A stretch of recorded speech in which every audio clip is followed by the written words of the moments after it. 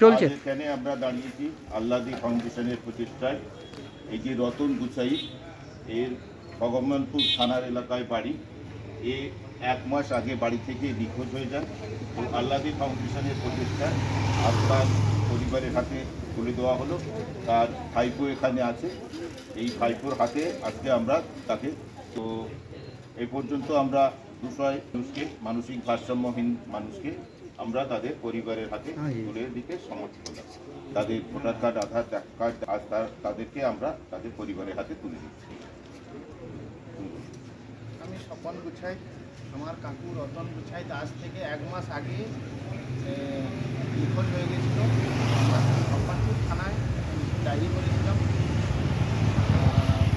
গতকাল আমরা আল্লাদি ফাউন্ডেশনের তরফ থেকে খবর পেলাম যে আমার কাকু এখানে আছে, তো হিঙ্গলগঞ্জে।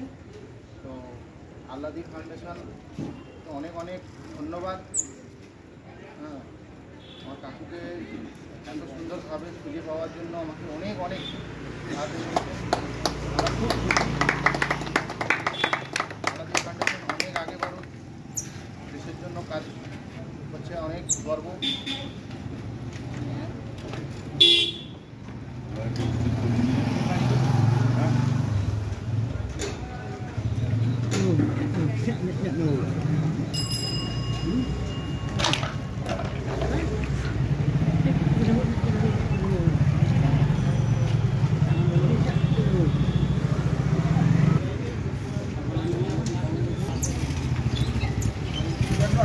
হুম।